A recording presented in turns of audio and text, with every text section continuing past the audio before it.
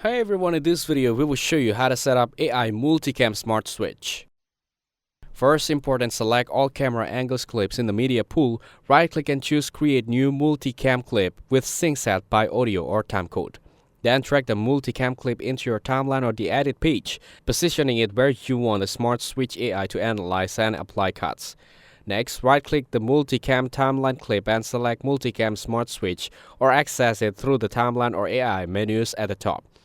In the Smartswitch settings windows, configure parameters like minimum cut duration, wide angle fallback, and choose full or audio only analysis mode. Now, click Analyze to let the AI process speaker's activity, lip sync, and framing, and it will automatically insert cuts between camera angles accordingly.